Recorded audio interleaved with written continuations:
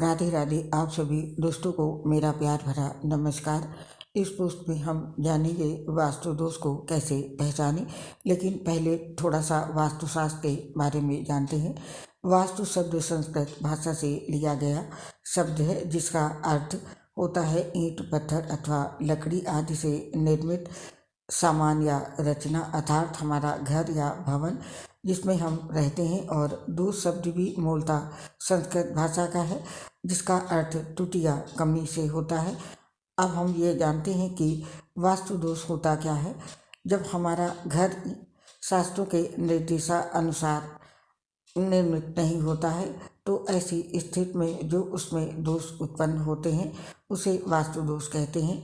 वो वास्तु दोष पूरे मकान में हो सकता है, या पूरे भवन में हो सकता है, या किसी विशेष हिस्से में भी हो सकता है। मकान की गलत दिशा भी इसका एक कारण हो सकती है। किसी भी मकान में सामान्य रूप से प्रवेश द्वार, बैठक, रसोई, स्टडी, पूजा घर, सीढ़ियाँ और वॉशरूम वगैरह होते हैं।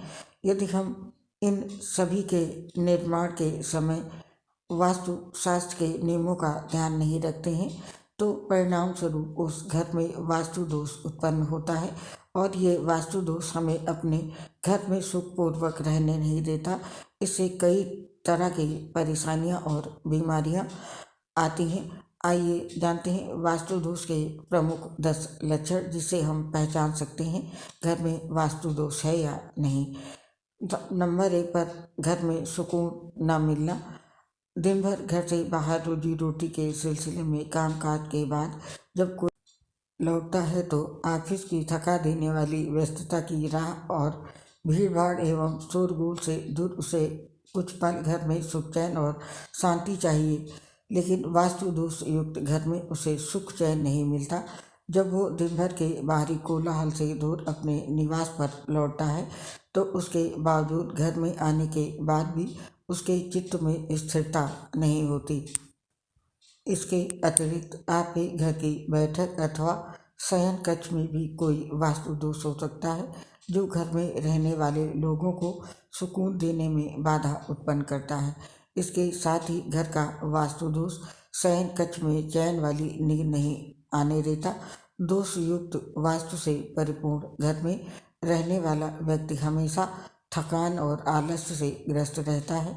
निश्चित रूप से ऐसा होना इस बात का संकेत होता है कि आपके भवन में सकारात्मक ऊर्जा के स्थान पर नकारात्मक ऊर्जा विद्यमान है, जिसका एकमात्र कारण वास्तु दोष होता है। घर के मुख्य द्वार की दिशा दक्षिण या पश्चिम में होना इसका एक कारण हो सकता है। और दूसरा कारण होता है घर के सदस्यों में अनबन रहना। यदि आपके घर में अनबन और कलह का वातावरण रहता है, घर के लोग आपस में लड़ते झगड़ते रहते हैं, उनके विचारों में टकराव और मतभेद दिखाई देता है, वे एक दूसरे का सम्मान नहीं करते बल्कि एक दूसरे पर चीखते चिल्लाते रहते हैं, तो सच मानिए ऐसी स्थिति में निश्चित रूप से घर में वास्तु दोष होता है, जो परिवार के सदस्यों के बीच प्रेम को पनपने नहीं देता, बल्कि पारिवारिक रिश्तों में दूरियां बना देता है। इसके अलावा आर्थिक संकट रहना। वास्तु दोष युक्त घर में रहने के बाद रहने वाले को आर्थिक संकट का सामना करना पड़ सकता है। यदि आपकी कोई दुकान या कारोबार है, तो उसमें लाभ होने के स्थान पर हानि होने लगती है। और यदि आप नौकरी पेशा हैं, तो उसमें भी समस्या होने लगती है, जिसके कारण समय से वेतन नहीं मिलता। कहने का अर्थ ये है कि अत्यंत परिश्रम करने के बावजूद ऐसे घर में धन का अभाव देखने को मिलता है। निश्चित रूप से वास्तु दोष युक्त घर से लक्ष्मी रुष्ट हो जाती हैं, जिसके कारण घर में धन के आगमन का रास्ता अवरुद्ध हो जाता है। और इसके साथ ही हर तरह से आर्थिक नुकसान होता है। ऐसे घरों में रहने वाले लोगों को अधिकतर नुकसान का सामना देखने को मिलता है। उदाहरण के लिए कोई प्लम्बर या मिस्त्री घर में काम करने के लिए आता है, तब भी घर में सुधार नहीं आने पाता और समस्या ज्यों की त्यों बनी रहती है। घर को सुधारने के लिए खर्च होता रहता है, लेकिन घर नहीं सुधर पाता, क्योंकि ऐसे घर को वास्तु विशेषज्ञों की आवश्यकता होती है जो मकान में वास्तु दोष के उपाय निकाल सकें। वास्तु दोष युक्त घरों में चोरियां भी अधिक होती हैं और इसके साथ ही बच्चों का मन भी पढ़ाई में न लगना वास्तु दोष का कारण होता है। यदि घर के बच्चों का मन भटकाव की दिशा की ओर अग्रसर है, उनका मन पढ़ाई के प्रति एकाग्रचित नहीं हो पा रहा है, तो ये सब घर के वास्तु दोष का ही परिणाम है। ऐसे घर में वास्तु दोष के कारण माँ सरस्वती की कृपा का अभाव होता है, जिसके कारण घर के बच्चे परीक्षाओं में फेल हो जाते हैं अथवा कम अंक प्राप्त करते हैं। उन्हें अपने अथक परिश्रम के बाद भी वो सफलता नहीं मिलती है जो मिलनी चाहिए। बच्चों का पढ़ाई में मन ना लगना वास्तु दोष का एक कारण है और इसके साथ ही घर की उन्नति में रुकावट। जब घर के सदस्यों की तरक्की की राह अवरुद्ध हो जाए, कठिन परिश्रम के पश्चात भी प्रतिफल न प्राप्त हो पा रहा हो, तो ऐसे घर में निश्चित रूप से कोई गंभीर वास्तु दोष होता है। इसके कारण घर के सदस्यों के कैरियर की राह कठिन होती है।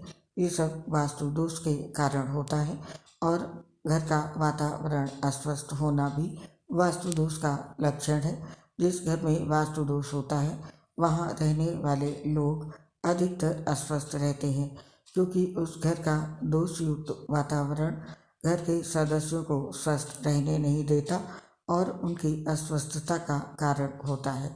ऐसे घर में एंजाइटी की बीमारी के चलते बहुत सारा धन मेडिसिन में खर्च होता है। ऐसे घर के लोगों का अधिकांश समय बिस्तर पर लेटे हुए भी बीतता है।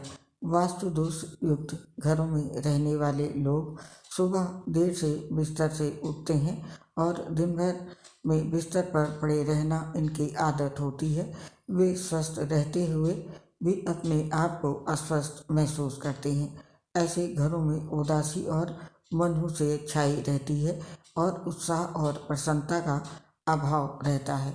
इन सब कारणों के लिए जिम्मेदार घर का वास्तु दोष ही होता है और इसके साथ ही घर में मेहमानों का जब कम आवागमन हो जाए तो समझ लीजिए कि घर में वास्तु दोष है।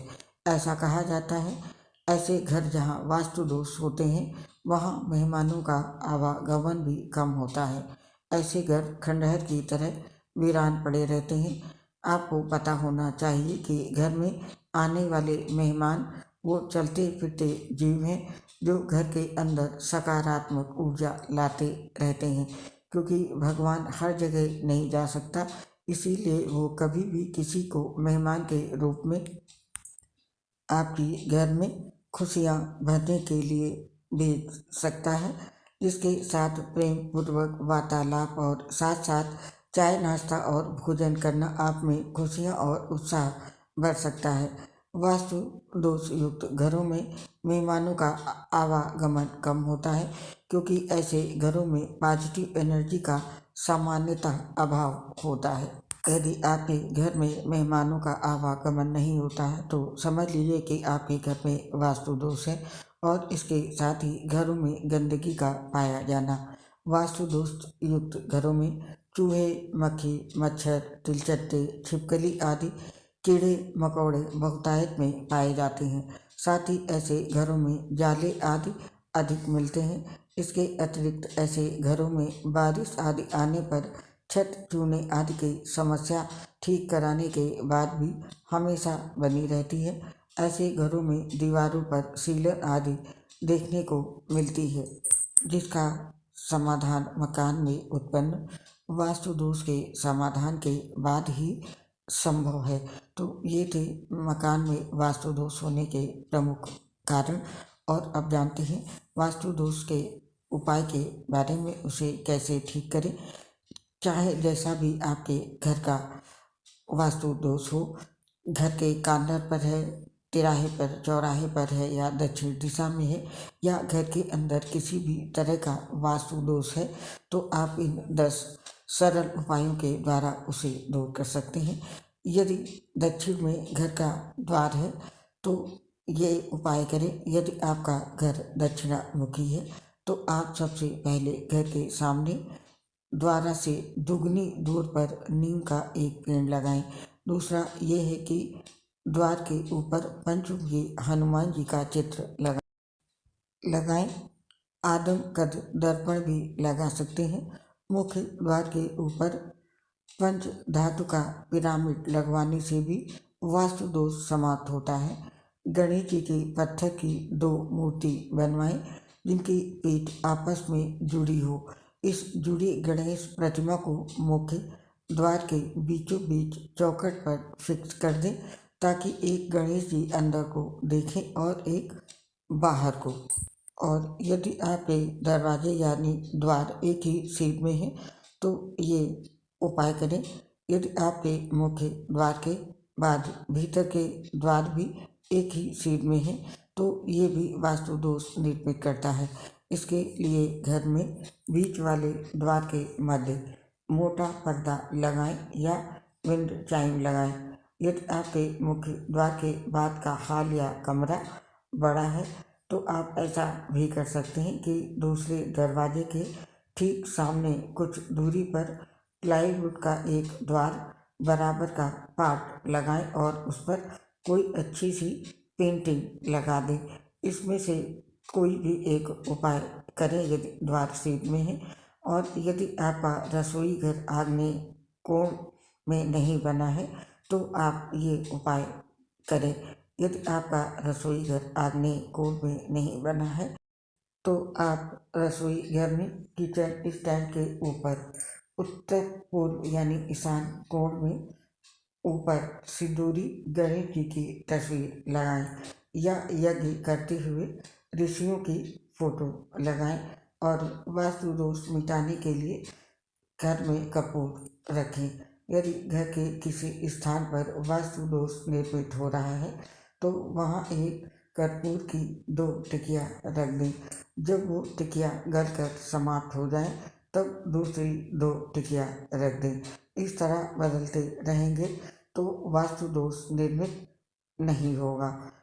और यदि आपका बाथरूम और टॉयलेट एक साथ है तो ये उपाय करें। बाथरूम और टॉयलेट एक साथ है तो ये भी भयंकर वास्तु दोष उत्पन्न करता है। इसके लिए सबसे पहले आप इसे हमेशा स्वच्छ रखें। नीले रंग के मग और बाल्टी ही रखें।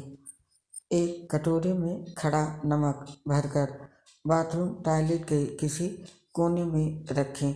यदि गलती से आपका शौचालय ईशान कोण में बन गया है तो फिर ये बहुत ही धनहानि और अशांति का कारण बन जाता है। प्राथमिक उपचार के तौर पर उसके बाहर शिकार करते हुए शेर का चित्र लगा दें। अब बात करते हैं बेडरूम के वास्तु दोष को दूर करने की। शयन कक्ष वैसे तो दक्षिण पश्चिमी दिशा में होना चाहिए या उत्तर दिशा भी ठीक है, लेकिन यदि शयन कक्ष अग्निकोण में हो तो पूर्व मध्य दीवार पर शांत समुद्र का चित्र लगाना चाहिए और सिर हमेशा पूर्व या दक्षिण दिशा की ओर ही रखना चाहिए। यदि दिशा का वास्तु दोष है तो ये उपाय करना चाहिए। उत्तर पूर्व यानी कि अर्थात ईशान दिशा। यदि ईशान दिशा में किसी भी प्रकार का दोष है तो आप इस दिशा को खाली करके इस दिशा में एक पीतल के बर्तन में जल भरकर रख दें या तुलसी का पौधा लगाकर उसमें नित्य जल देते रहें।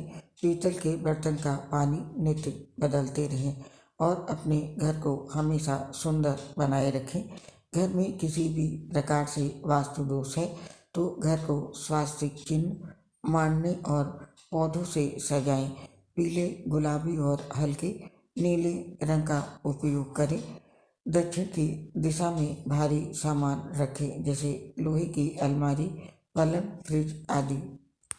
घर की वस्तुओं के स्थान को बदल कर भी वास्तु दोष ठीक किया जा सकता है।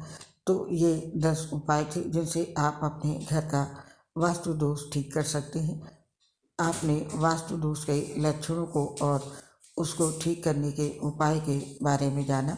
उम्मीद है आप इस जानकारी से लाभ उठाएंगे। दोस्तों, हमें अब इस पोस्ट से आज्ञा दें।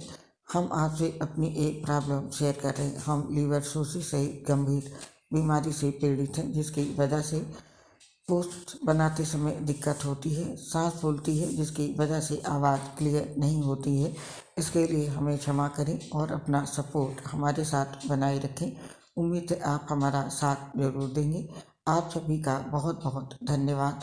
जय श्री राधे कृष्ण, राधे राधे।